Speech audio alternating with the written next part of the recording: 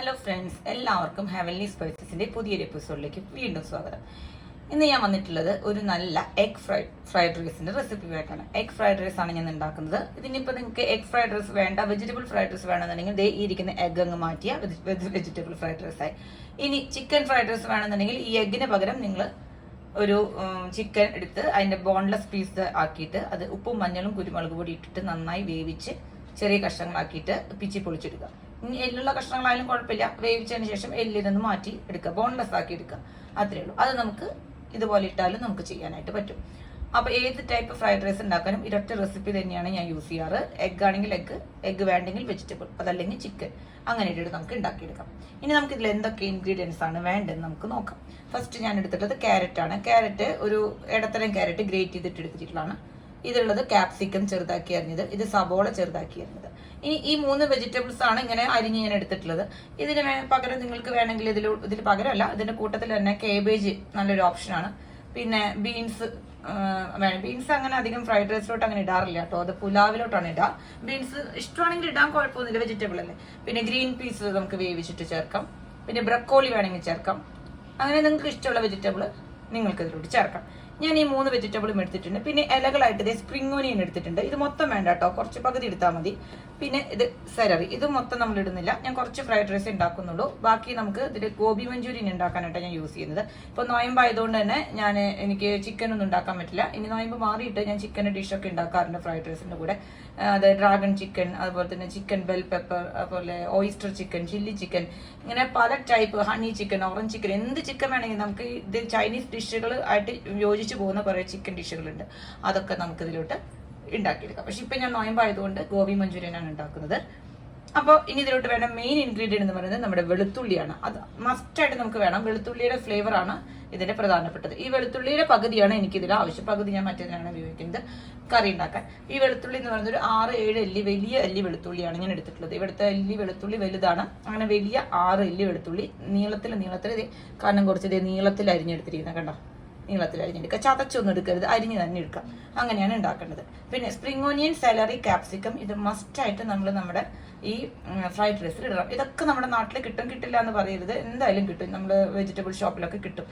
ഇനി നിങ്ങൾക്ക് spring onion നമുക്ക് വേണമെങ്കിൽ വീട്ടിൽ തന്നെ ഉണ്ടാക്കിയെടുക്കാവുന്നുള്ളൂ. ഒരു ചുമന്നുള്ളി, നല്ലോണം വേരുകളുള്ള ചുമന്നുള്ളി ഒരെണ്ണം സെലക്ട് ചെയ്തിട്ട് നല്ല ഹെൽത്തി ആയിട്ടുള്ള ചുമന്നുള്ളി എടുത്തിട്ട് നമുക്ക് നല്ല വായവട്ടം ചെറുതായിട്ടുള്ള കുപ്പികളില്ലേ, ഇപ്പോൾ ജ്യൂസൊക്കെ മേടിക്കുന്ന പോലത്തെ, നമ്മുടെ കൊക്കക്കോള, പെപ്സിയുടെ ഒക്കെ കുപ്പികൾ പോലത്തെ വായവട്ടം, അതായത് ഈ വെളുത്തുള്ളിയുടെ ഇത് ഇറങ്ങിയിരിക്കാൻ പാകത്തിനുള്ളത്, അതായത് അതിൻ്റെ ആ വേര് വെള്ളത്തിൽ മുട്ടുന്നത് പോലെ, ആ ബോട്ടിൽ നിറച്ച് വെള്ളം വെച്ചിട്ട് വെള്ളത്തിൽ മുട്ടുന്നത് പോലെ വെച്ച് കഴിഞ്ഞാൽ ഒരു 1 വീക്കിൻ്റെ ഉള്ളിൽ അത് മെല്ലെ മുള പൊട്ടി വരും.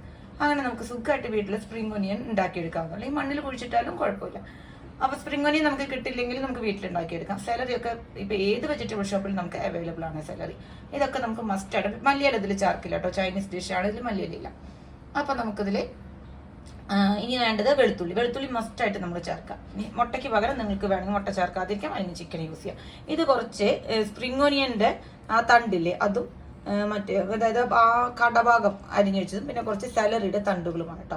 ഇത് നമ്മൾ ആദ്യം തന്നെ ഇടുന്നതാണ്, ഇപ്പോൾ ലാസ്റ്റ് അല്ല ആദ്യമാണ്. അപ്പം ഞാൻ സെപ്പറേറ്റ് മാറ്റി വെച്ചിട്ടുണ്ട്. ഇനി നമുക്ക് റൈസ് വേവിച്ചേക്കണം, അത് മസ്റ്റാണ്. നമ്മൾ എപ്പോഴും ഫ്രൈഡ് റൈസ് ഉണ്ടാക്കാനായിട്ട് റൈസ് നമ്മൾ ഇപ്പം തന്നെ വേവിച്ച് ഇപ്പം തന്നെ ഉണ്ടാക്കരുത്, ഒന്ന് ചൂടാറിയിട്ട് വേണം ഇടാം. വേണമെങ്കിൽ തലേദിവസം വേവിച്ച് ഫ്രിഡ്ജിൽ വെച്ച് എയർ ടൈറ്റ് ആയിട്ടുള്ള പാത്രത്തിൽ അടച്ചു വെക്കാം. ഞാൻ അങ്ങനെ ചെയ്യാറില്ല. അങ്ങനെ ചെയ്യുമ്പോൾ നമ്മൾ ഉണ്ടാക്കി കഴിഞ്ഞാൽ ഫ്രൈഡ് റൈസ് കഴിച്ച് കഴിഞ്ഞ ഉടനെ തന്നെ എടുത്ത് ഫ്രിഡ്ജിൽ വെക്കണം. അങ്ങനെ മറന്നു പോയി കഴിഞ്ഞാൽ ചിലപ്പോൾ ഫ്രൈഡ് റൈസ് കേടായി പോകും.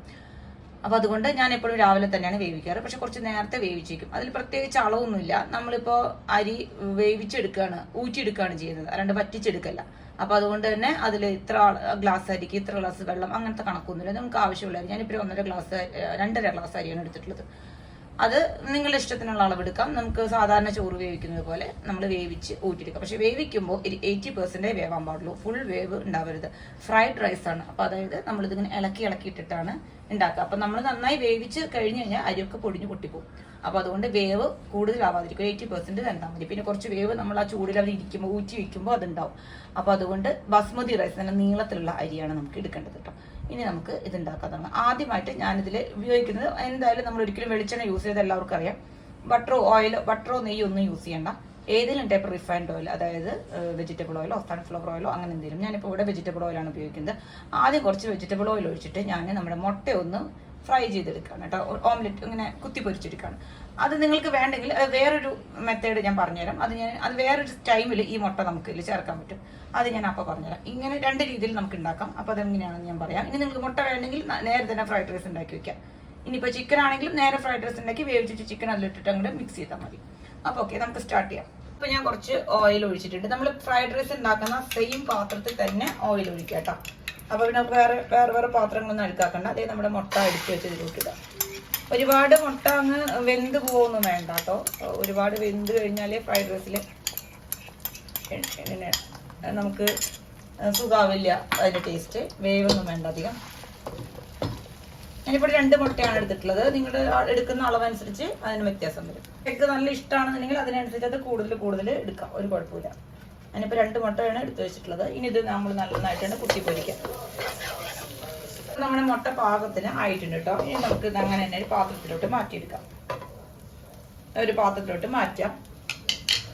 സെയിം പാനിലോട്ട് തന്നെ ഞാൻ ബാക്കി നമ്മുടെ പണികൾ തുടങ്ങാൻ വേണ്ടിയിട്ട് ഓയിൽ ഒഴിച്ചിട്ടുണ്ട്. നല്ല സൺഫ്ലവർ ഓയിലാണ് ഒഴിച്ചിട്ടുള്ളത് കേട്ടോ. ഇനി എണ്ണയൊന്ന് ഇനിയിപ്പോൾ ഇത് ഒരുവിധം ഒരു മീഡിയം ടു ഹൈ ഫ്ലെയിമിൽ വെക്കണം കേട്ടോ. നമ്മുടെ ഡിഷുകളൊക്കെ ഉണ്ടാക്കുന്നത് പോലെ നന്നായി വഴറ്റി ബ്രൗൺ ആക്കി അങ്ങനെയല്ല അവരുടെ ഡിഷ് ഉണ്ടാക്കുക. അപ്പോൾ അതുകൊണ്ട് അവർ നല്ല ഹൈ ഫ്ലെയിമിൽ ഇട്ടിട്ട് ഇങ്ങനെ ഈ പാത്രം ഇട്ടിട്ട് ഇങ്ങനെ തിരിപ്പിച്ചാണ് ഉണ്ടാക്കുക. പക്ഷെ നമുക്ക് അത് അത്ര ഓക്കെ അല്ല. അപ്പോൾ അതുകൊണ്ട് നമ്മൾക്ക് ചട്ടകം വെച്ച് ഇളക്കിയാണ് ഉണ്ടാക്കുന്നത്. അപ്പോൾ ഇത്തിരി നന്നായിട്ടൊന്ന് ഫ്ലെയിം ഇത്തിരി കൂട്ടി വെക്കുന്നതാണ്. എന്ന് വെച്ചാൽ ഭയങ്കര ഹൈ ഫ്ലെയിമിൽ വെച്ചാൽ നമുക്ക് അവരുടെ അത്ര എക്സ്പെർട്ടായിട്ട് ചെയ്യാൻ പറ്റാത്തത് കൊണ്ട് അത് ബുദ്ധിമുട്ടായിരിക്കും. ഒരു മീഡിയം ടു ഹൈ ഫ്ലെയിമിൽ വെച്ചാൽ മതി. നമ്മൾ ഇതിലോട്ട് ഒഴിക്കണം സോയാ സോസ് ഒഴിക്കേണ്ട കാര്യമുണ്ട് കേട്ടോ. അപ്പോൾ സോയാ സോസ് ഒഴിക്കുമ്പോൾ ഇപ്പോൾ ലൈറ്റ് സോയ നോക്കി സെലക്ട് ചെയ്യാം. എൻ്റെ കയ്യിലുള്ളത് ഇപ്പോൾ ഡാർക്ക് സോയാണ്. എൻ്റെ ലൈറ്റ് സോയ ഫിനിഷായി ഞാൻ വാങ്ങിച്ചിട്ടില്ല. അപ്പോൾ അതുകൊണ്ട് ഈ ഫ്രൈഡ് റൈസിൻ്റെ കളറിനൊരു ചെറിയ വ്യത്യാസം വരും. ചെറിയൊരു ഡാർക്ക് കളറാവും. ലൈറ്റ് സോയാണ് ഒഴിക്കുന്നതെങ്കിൽ നല്ല നോർമൽ നമ്മുടെ റെസ്റ്റോറൻറ്റ് സ്റ്റൈലിൽ ഫ്രൈഡ് റൈസ് ആയിട്ട് തന്നെ ഇരിക്കും. അപ്പോൾ ഞാൻ ഇപ്പോൾ കുറച്ച് സോസ് ഒഴിക്കുന്നുള്ളൂ. ഇനിയിപ്പോൾ നമുക്ക് ഇതിലോട്ട് നമ്മുടെ വെളുത്തുള്ളി ചേർത്ത് കൊടുക്കണം. ഈ വെളുത്തുള്ളി ഈ നല്ല ചൂടായിട്ടുള്ള എണ്ണയിൽ ഇരുന്ന് ഇങ്ങനെ മൂക്കുമ്പോൾ തന്നെ ഒരു നല്ല മണമാണ് കേട്ടോ വരിക. ഞാൻ കരിഞ്ഞൊന്നും പോകരുത്. ഒന്ന് മൂത്ത് ഒരു നമ്മുടെ എന്താ പറയുക ഒന്നായി വരുമ്പോൾ ഫ്രൈ ആയിട്ട് വരുമ്പോൾ തന്നെ ഒന്ന് മൂത്ത ഒരു നല്ലൊരു മണം. ഇപ്പം തന്നെ നല്ലൊരു മണമാണ്. എനിക്ക് ഭയങ്കര ഇഷ്ടമാണ് വെളുത്തുള്ളി. അപ്പോൾ അതുകൊണ്ട് തന്നെ എനിക്കിതിൻ്റെ മണം കേൾക്കുമ്പോൾ തന്നെ ഭയങ്കര ഇഷ്ടമാണ്. നല്ലൊരു സ്മെല്ലാണ് കേട്ടോ വരുന്നത് ഇവിടെ. ഒന്ന് ചുങ്ങി ഇങ്ങനെ വരില്ലേ, ബ്രൗൺ കളർ ആവാൻ നിൽക്കണ്ട. ഒന്ന് ചുങ്ങി ഇങ്ങനെ വരുന്നതോട് കൂടിയിട്ട് നമുക്ക് നമ്മുടെ ബാക്കി ഇൻഗ്രീഡിയൻസ് ഓരോന്ന് ചേർത്ത് ഞാൻ പറഞ്ഞു നല്ല ഹൈ ഫ്ലെയിമിൽ ഇടുമ്പോൾ തന്നെ പെട്ടെന്ന് ആയി തരും. അത് പെട്ടെന്ന് ഉണ്ടാക്കിയെടുക്കാൻ പറ്റും. ഇവരുടെ ക്വിക്കാണ് ഡിഷുകളൊക്കെ. നമ്മുടെ പോലെ ഒരുപാട് സമയം വേണ്ട ഇതൊന്നും ഉണ്ടാക്കിയെടുക്കാൻ. ഇനി ഇതിലോട്ട് നമ്മുടെ ക്യാപ്സിക്കം ഇടുകയാണ്. ക്യാപ്സിക്കം ഇടുമ്പോൾ നമ്മൾ കുറച്ച് ക്യാപ്സിക്കം ഞാൻ ഈ മാറ്റി വെക്കുന്നുണ്ട് കേട്ടോ. കാരണം നമുക്ക് ലാസ്റ്റ് കുറച്ച് മുകളിലോട്ടൊന്ന് ഫ്രഷ് ആയിട്ട് ഇട്ട് കൊടുക്കാനാണ്. ഇപ്പോൾ നമ്മുടെ ക്യാപ്സിക്കം ഇട്ടു, സവാള ഇട്ടു.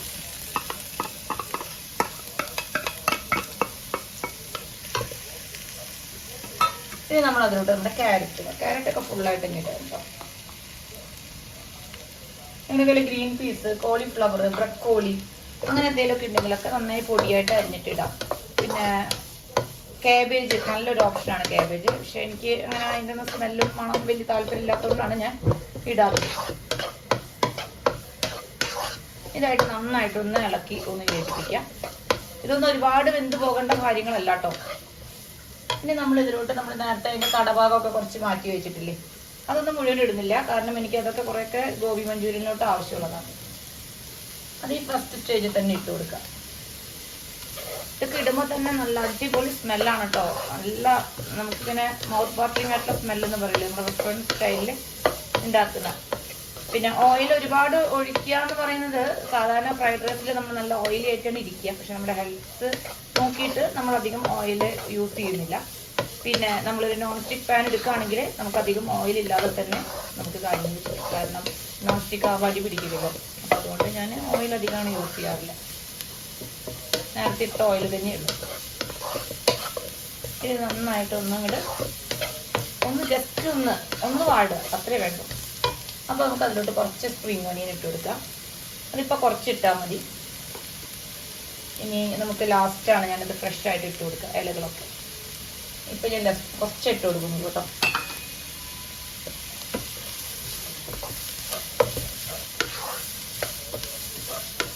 ഈ കലറി ഇടുമ്പോൾ അടിപൊളി സ്മെല്ലാണ് കേട്ടോ ഇവിടെ. നല്ല മണമാണ്. ഇത് ഉണ്ടാക്കാൻ ഒരു പണിയില്ല. നമ്മളിപ്പോൾ ഉണ്ടാക്കാൻ പ്ലാൻ ഉണ്ടെങ്കിൽ തലേന്ന് തന്നെ ഒക്കെ വാങ്ങിച്ച് അരിഞ്ഞ് വെച്ച് കഴിഞ്ഞാൽ രാവിലെ എണീറ്റ് കഴിഞ്ഞാൽ പടപടേന്ന് ഉണ്ടാക്കിയെടുക്കാം. ആദ്യം തന്നെ അരിയൊന്നും രാവിലെ എണീറ്റ് വെച്ച് തന്നെ എടുത്ത് വേവിച്ച് അവിടെ ചൂടാറാൻ വെക്കാം. ഇനി ഇതൊക്കെ അരിഞ്ഞ് നമ്മൾ നമ്മുടെ വീട്ടിലെ ബ്രേക്ക്ഫാസ്റ്റിൻ്റെ പണിയും അരിഞ്ഞ് വെച്ചിട്ടുണ്ടെങ്കിൽ ബ്രേക്ക്ഫാസ്റ്റിൻ്റെ പണിയും കാര്യങ്ങളൊക്കെ ചെയ്ത് കഴിഞ്ഞ് വരുമ്പോഴേക്കും അരിയൊക്കെ നന്നായി ചൂടാറും. അത് നല്ലൊരു വെള്ളം വാർത്ത് കഴിഞ്ഞതിന് ശേഷം നമുക്ക് പെട്ടെന്ന് ആയി കിട്ടണമെന്നുണ്ടെങ്കിൽ വെള്ളമൊക്കെ പോയതിന് ശേഷം ഒരു പ്ലേറ്റിലോട്ടാക്കി പരത്തി നമ്മൾ ഫാനിൻ്റെ ചുട്ടിലാണ് വെച്ചാൽ മതി. അപ്പോൾ വാടി കിട്ടും, നന്നായിട്ട് ഉണങ്ങി കിട്ടും. അപ്പോൾ അരിയുടെ ഡ്രൈനെസ് വെറ്റ്നെസ് മാറിക്കഴിഞ്ഞാൽ നമുക്ക് സുഖമായിട്ട് ഉണ്ടാക്കിയെടുക്കാൻ കഴിയും. ഇനി നമ്മളിതിലോട്ട് കുറച്ച് സോയ സോസ് ഒഴിക്കാനുണ്ട്. ഞാനിതിപ്പോൾ ഡാർക്ക് സോയാണ് കേട്ടോ ഒഴിക്കുന്നത്. അതുകൊണ്ട് നിങ്ങളത് ശ്രദ്ധിക്കുക, ലൈറ്റ് സോയ നോക്കി മേടിക്കുക. അത് അതിലോട്ട് കുറച്ച് കുരുമുളക് പൊടി ഇട്ട് കൊടുക്കാം. ഞാൻ വീട്ടിൽ പൊടിച്ചെടുത്ത കുരുമുളക് പൊടിയാണ്. അപ്പോൾ നല്ല എരിവുണ്ട്, അപ്പോൾ അതുകൊണ്ട് ഒരുപാടൊന്നും ഇടണ്ട. പണ്ടത്തെ കളർ നല്ല ഡാർക്കായിട്ടുണ്ട്. ഞങ്ങൾ ലൈറ്റ് സോയാണ് ഒഴിക്കുന്നതെന്നുണ്ടെങ്കിൽ എനിക്ക് തോന്നുന്നു നാട്ടിലും ലൈറ്റ് സോയ ഡാർക്ക് സോയ എന്ന് പറഞ്ഞിട്ട് 2 തരം സോസ് കിട്ടുമെന്നാണ് എനിക്ക് തോന്നുന്നത്. സൂപ്പർ മാർക്കറ്റിലൊക്കെ ഉണ്ടാവും.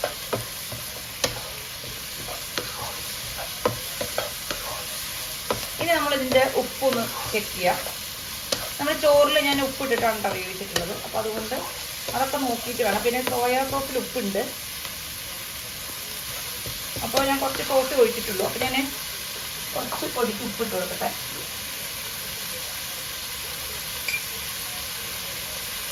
നമ്മൾ ചോറും കൂടി ചേർക്കുന്നതാണ്. അപ്പോൾ നമുക്ക് ചോറിൽ ഉപ്പിട്ടിട്ടുള്ളത് കൊണ്ട് തന്നെ നമ്മൾ ഉപ്പിൻ്റെ കാര്യം നമുക്ക് പറയാൻ പറ്റില്ല. ഇനി ഞാൻ പറഞ്ഞല്ലോ വേറൊരു രീതിയിൽ നമ്മളിതിൽ നമ്മുടെ മുട്ട ചേർക്കുന്നത്. ഞാനിപ്പോൾ മുട്ട ആദ്യമേ പൊരിച്ച് മാറ്റി വെച്ചിട്ടുണ്ട്. നിങ്ങൾക്ക് മുട്ട അങ്ങനെയല്ല വേണ്ടതെങ്കിൽ ഞാൻ നേരത്തെ ചെയ്ത് വെച്ച പോലെ ഉപ്പും കുരുമുളകും ഇട്ടിട്ട് അടിച്ച് വെച്ചിട്ടുള്ള മുട്ട ഈ സമയത്ത് ചേർത്ത് കൊടുക്കുക. ഈ സമയത്ത് ചേർത്തിട്ട് ഇതുപോലെ കുത്തി പൊരിക്കരുത്. ഈ സമയത്ത് ചേർത്ത് ഉടനെ തന്നെ നമ്മൾ റൈസ് ചേർക്കാം. എന്നിട്ട് റൈസ് ഒരു മിനിറ്റ് ഒന്ന് വെയിറ്റ് ചെയ്ത് മെല്ലെ ഇളക്കിയെടുക്കുക. അപ്പോൾ ഓരോ അരിയിലും ആ മുട്ടയൊന്ന് പിടിക്കും. അങ്ങനെയാണ് കറക്റ്റ് പ്രൊഫഷണൽസ് ചെയ്യുന്നത്. പക്ഷേ എനിക്ക് ഇവിടെ മുട്ട അങ്ങനെ ചെയ്യുന്നതിനേക്കാൾ ഇഷ്ടം ഇങ്ങനെ എടുത്ത് കടിക്കാൻ കിട്ടുന്നതാണ്.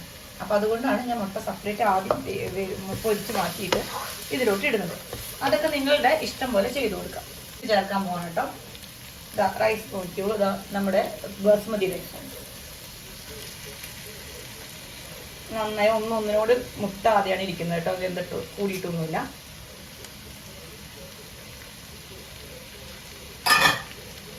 ഇനി നമ്മളിത് മെല്ലെ ഇളക്കി കൊടുക്കാം.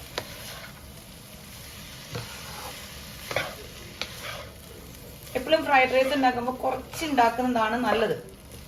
ബിക്കോസ് നമ്മൾ ഒരുപാട് ഉണ്ടാക്കി കഴിയുമ്പോൾ നമുക്ക് നമ്മുടെ കറക്റ്റായിട്ട് അങ്ങോട്ട് ഇളക്കിയെടുക്കാനായിട്ട് ബുദ്ധിമുട്ടായിരിക്കും കേട്ടോ.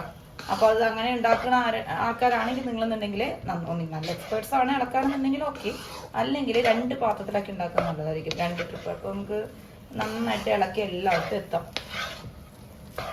അല്ലെങ്കിൽ നമ്മുടെ ഇളകി എന്ന് വരുമ്പോൾ എല്ലായിടത്തും എത്തില്ല വേണം. ഇപ്പോൾ ഇതിൻ്റെ കളർ നല്ല ഡാർക്കാണ്. അതെന്തുകൊണ്ടാണെന്ന് വെച്ചാൽ നമ്മുടെ സോസിൻ്റെ കളറിൻ്റെ കുഴപ്പമാണ് കേട്ടോ. അതല്ലാതെ ഇതിന് വേറെ കുഴപ്പമൊന്നുമില്ല. അപ്പോൾ സോസ് നിങ്ങൾ ടേസ്റ്റ് ഒന്നും വ്യത്യാസമില്ല, ഡാർക്ക് ആൻഡ് ലൈറ്റ്. പക്ഷെ നമ്മൾ ഉണ്ടാക്കുമ്പോൾ ശ്രദ്ധിച്ച് ലൈറ്റ് സോയ ഉണ്ടെങ്കിൽ അത് ചെയ്യാം. അല്ലെങ്കിൽ ഇപ്പോൾ കുഴപ്പമൊന്നുമില്ല. ഇപ്പം നമ്മൾ മാത്രമാണെങ്കിൽ പ്രശ്നമില്ല. ഇപ്പോൾ ഗസ്റ്റൊക്കെ വരുമ്പോൾ നമ്മളതൊന്നും ശ്രദ്ധിച്ചാൽ മതി. ഇനി ഇതിൽ ചോറിലൊന്ന് ഉപ്പ് നോക്കട്ടെ.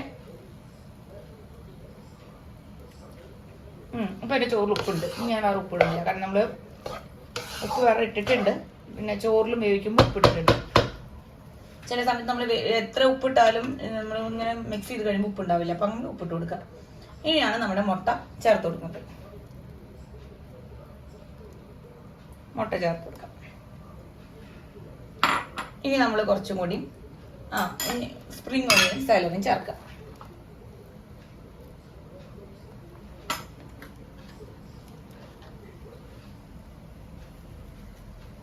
ഈ സാലറിയൊക്കെ കൂടുതൽ ചേർത്ത് കഴിഞ്ഞാൽ നമ്മുടെ ഫ്രൈഡ് റൈസ് വേറെ ലെവലായിരിക്കും കേട്ടോ.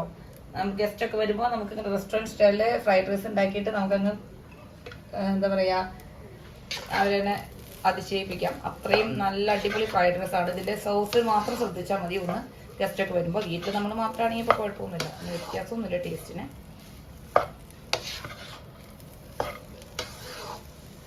ഇനി ലാസ്റ്റ് ഇതിൽ കുറച്ചുകൂടി സോസ് ഒഴിക്കും. പക്ഷെ ഞാനിപ്പോൾ അത് ഒഴിക്കുന്നില്ല. കാരണം എൻ്റെ സോസ് നല്ല കളർ വന്നിരിക്കുന്നതുകൊണ്ട് ഞാൻ ഇതിൽ സോസ് ഒഴിക്കുന്നില്ല കേട്ടോ. ചേർക്കേണ്ടത് നല്ല ചൊറുക്ക, കുറച്ച് ചൊറുക്ക മുകളിലോട്ട് ഒഴിച്ചു കൊടുക്കാം. ഇനി ചൊറുക്ക നിങ്ങളുടെ കയ്യിൽ ഇല്ലെങ്കിൽ ചെറുനാരങ്ങ നീര് ഒഴിച്ചാലും മതി. പിന്നെ കുറച്ചുകൂടി കുരുമുളക് പൊടി ഇട്ട് കൊടുക്കാം. ഇനി തീ ഓഫ് ചെയ്യാണ്. ഇനി നമ്മൾ നേരത്തെ മാറ്റി വെച്ചിട്ടുള്ള നമ്മുടെ ക്യാപ്സിക്കം ഇട്ട് കൊടുക്കാം. ഇതെല്ലാം കൂട്ടി നന്നായിട്ട് ഒന്നുകൂടി ഇളക്കാം.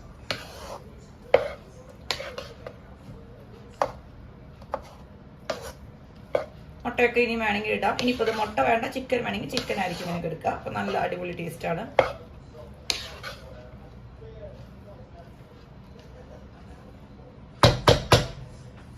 ഇപ്പൊ നമ്മുടെ റെസ്റ്റോറൻറ്റ് സ്റ്റൈലിലുള്ള നമ്മുടെ അടിപൊളി ഫ്രൈഡ് റൈസ് ഇതേ റെഡി ആയിട്ടുണ്ട്. ഇപ്പൊ ഒരു ചോറിനോട് ഒന്നും ചെയ്യുന്നില്ല കേട്ടോ. നല്ല ടേസ്റ്റുള്ള ഫ്രൈഡ് റൈസ് ആണ്. നിങ്ങൾ എല്ലാവരും ഉണ്ടാക്കി നോക്കുക. കുട്ടികൾക്കൊക്കെ സ്കൂളിൽ ലഞ്ച് ബോക്സിൽ കൊടുത്തു വിടാനും നല്ലതാണ്. അല്ലെങ്കിൽ നമുക്ക് നമ്മുടെ വീട്ടിൽ എന്തെങ്കിലും പരിപാടി ഉണ്ടെങ്കിലൊക്കെ ഉണ്ടാക്കാനും നല്ലതാണ്. വീട്ടിൽ പെട്ടെന്നൊരു എക്സ്ട്രാ ഒരു ഡിഷ് ഉണ്ടാക്കണമെന്നുണ്ടെങ്കിൽ ഉണ്ടാക്കാം. അതുപോലെ തന്നെ ഗസ്റ്റ് ഒക്കെ വരുന്നുണ്ടെങ്കിലും എത്രയും പെട്ടെന്ന് ഉണ്ടാക്കാം. ചിക്കനൊന്നും വേണ്ട, വീട്ടിലെപ്പോഴും മുട്ട ഉണ്ടാവുമല്ലോ. അപ്പൊ അങ്ങനെ വെച്ചിട്ട് ഉണ്ടാക്കാം. അപ്പൊ നമുക്ക് എളുപ്പത്തിൽ ഉണ്ടാക്കാൻ പറ്റുന്ന ഒരു ഫ്രൈഡ് റൈസിന്റെ റെസിപ്പിയുമാണിത്. അപ്പോൾ ഓക്കെ, എല്ലാവരും ഉണ്ടാക്കി നോക്കുക. ഇഷ്ടപ്പെട്ടാൽ ലൈക്ക് ചെയ്യുക, ഷെയർ ചെയ്യുക, സബ്സ്ക്രൈബ് ചെയ്യുക, കമന്റ് ചെയ്യുക. Thank you so much.